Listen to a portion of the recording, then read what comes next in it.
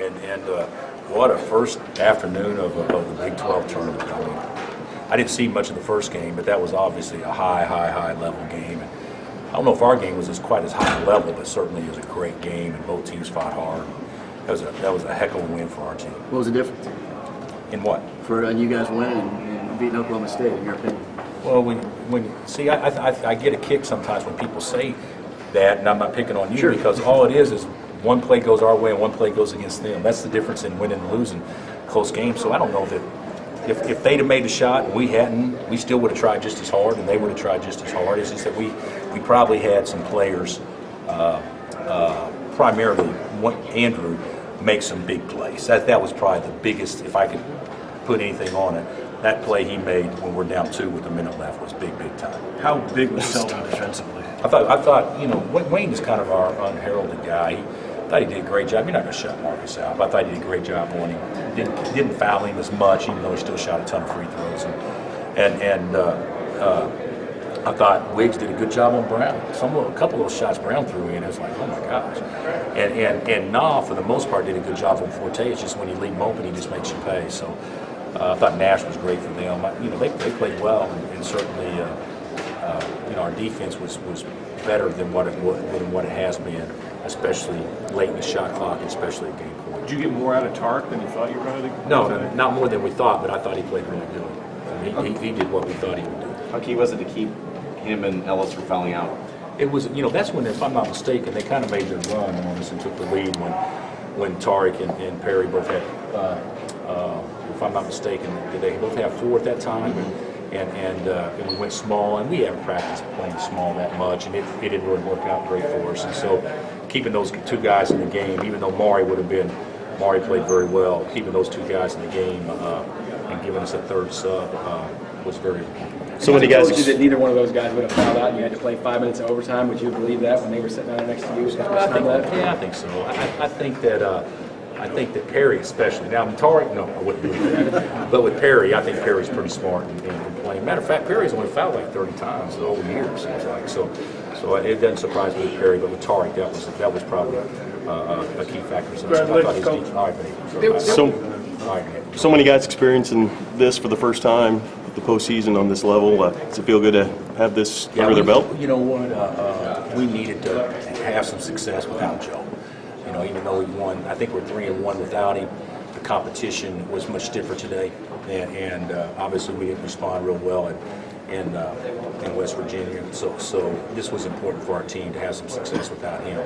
But it also was important for Wiggs to know that he can put a team on his back for a period of time, because I don't want to say he shied away from it, but he hasn't really embraced that the whole year, but he certainly has the last 2 games. It's only been 2 games, so how do you get that to continue with him? Well, he's not going to score. I said he's not going to score 41 every night. Now I'm going to tell you he's not going to score 30 every night.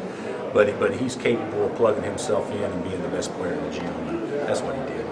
How about Tharp hitting the free throws down the stretch for you? Well, he missed 1, so he was 4 for 6. So we're not going to buy any gifts for him because that's not great for a point guard.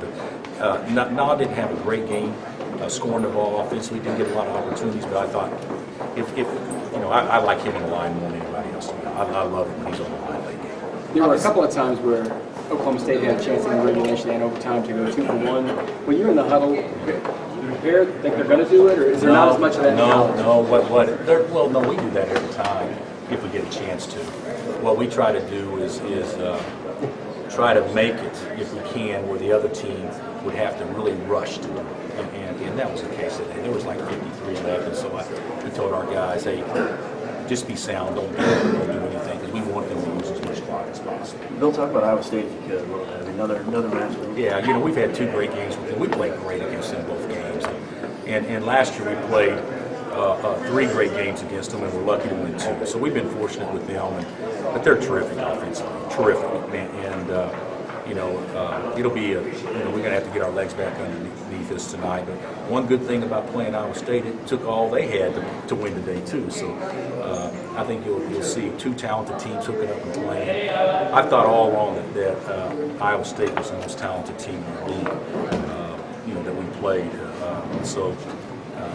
Certainly we're going to have to be really good, especially on the defensive end. What is it that you do so well? they're unconventional in that they're 5-man and they're 4-man are maybe as dangerous as three-point shooters as they have. So, that's one thing about Joe. That, it's great to have a rim protector in there like Joe, but it also drug him away from the basket. Maybe it won't affect us as much negatively as drawing our other big guys from the basket because they're used to playing out there. And I know you weren't watching most of that game. I'm imagining you hear the Iowa State fans. It's a lot of them. Oh no, they always going back to the Big 8 days. They traveled down here as well as anybody, other than probably us and K-State, obviously. But it was like this last year when we played them. Last year, our semifinal game was the most talked about game of the conference season because of the way we won the first 2 games. And I don't know if this one will be as talked about, but I think this one could be one of those epic type matchups. Coach, players kind of like that little gut check speech you may have given at the end of regulation saying, hey, where else would you rather be than playing Well, that's basketball? true. I mean, what else would you rather be doing than playing ball on a Saturday afternoon in front of a national TV? I mean, that's true, and they got to definitely tick off the viewers that wanted to watch the next show because they got to play 5 more minutes. So I thought it was great. And you know what? What else can you say though? Oh gosh, this sucks. That'd be great motivation. So of course you're going to embrace whatever the situation is. There's so much talk the last couple of days about how losing Joel hurts you guys. Do you think your other players hear that a little bit? You know what? Our players love Joe. But Joe, he was in the locker room after. The great thing about this win for us is we know we can do it without him. But we also, everybody knows that we're better with him. But just because we don't have a player that's obviously a talented kid for however long, doesn't change who we are or what our goals should be. Our goals aren't going to change, and they never change regardless of who's suited up and that kind of stuff. And so I think it should give us a little confidence. All right.